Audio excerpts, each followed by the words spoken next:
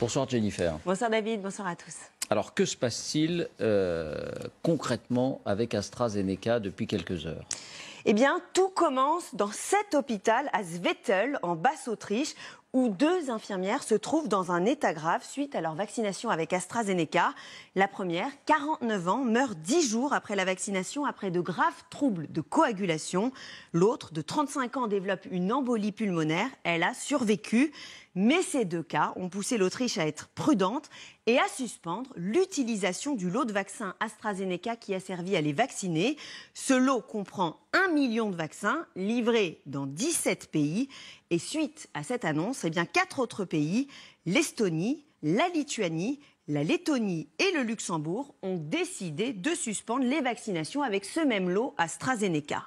Nouveau rebondissement aujourd'hui, jeudi, puisque c'est au tour du Danemark de suspendre cette fois-ci complètement le vaccin AstraZeneca, après des rapports, je cite, de cas graves de formation de caillots sanguins chez des personnes qui ont été vaccinées avec AstraZeneca.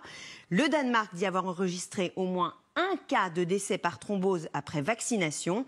Et si les autorités sanitaires disent qu'elles ne peuvent pas faire un lien direct entre vaccin et problèmes de coagulation, elles privilégient le principe de précaution.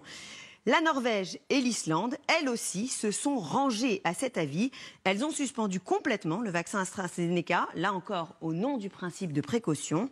Enfin, dernier cas en date, l'Italie, qui a décidé de suspendre non pas le vaccin, mais un lot de vaccins AstraZeneca. Et ce n'est pas le même que celui identifié en Autriche. C'est le lot qui a pour nom de code ABV 2856.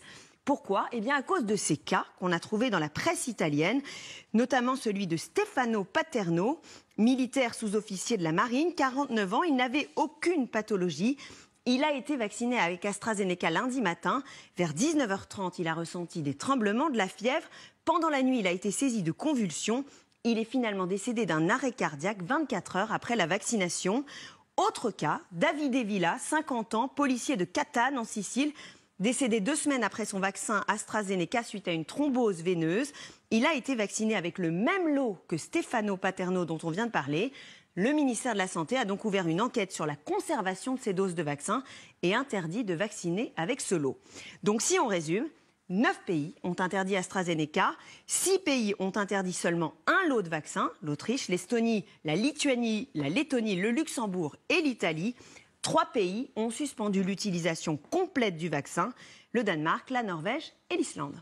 Qu'est-ce qu'une thrombose, Jennifer, et qu'est-ce qu'une embolie provoquée par la thrombose? Alors, c'est un problème de coagulation du sang. Un caillot sanguin se forme et peut obstruer la circulation sanguine et, dans certains cas, migrer, par exemple, dans les poumons. La complication la plus grave de la thrombose veineuse, c'est l'embolie pulmonaire. On vient d'en parler, pouvant entraîner une mort subite.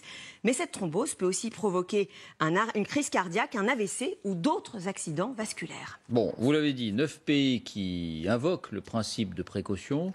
Que dit l'Agence européenne du médicament? Parce que c'est quand même elle qui fait autorité. Alors, elle assure que le vaccin AstraZeneca n'est pas risqué et dit avoir recensé 30 cas de thrombose veineuse sur 5 millions de personnes vaccinées. Dans un communiqué, elle affirme donc « Les informations disponibles à ce jour indiquent que le nombre de thromboembolies chez les personnes vaccinées n'est pas supérieur à celui observé sur l'ensemble de la population ». Pour elle, les avantages du vaccin l'emportent donc sur ces risques. Il peut continuer à être administré même pendant l'enquête sur ces décès. C'est aussi l'avis de la France, Olivier Véran vient de l'affirmer, et l'avis de ses médecins. Écoutez. Par le fait du hasard, il se peut que vous vacciniez la veille ou quelques heures avant que cette personne fasse un événement de santé totalement indépendant. Il n'y a pas d'effet d'efficacité sans une contrepartie. C'est un vaccin nouveau, donc on utilise pour ceci des quantités de virus assez importantes. Donc c'est tout à fait normal qu'en phase, à l'heure actuelle, ce qu'on appelle la pharmacovigilance à large échelle, on détecte des anomalies qu'on n'avait pas du tout prévues. Alors de là, encore une fois, établir un lien causal, c'est notre problème. Merci Jennifer.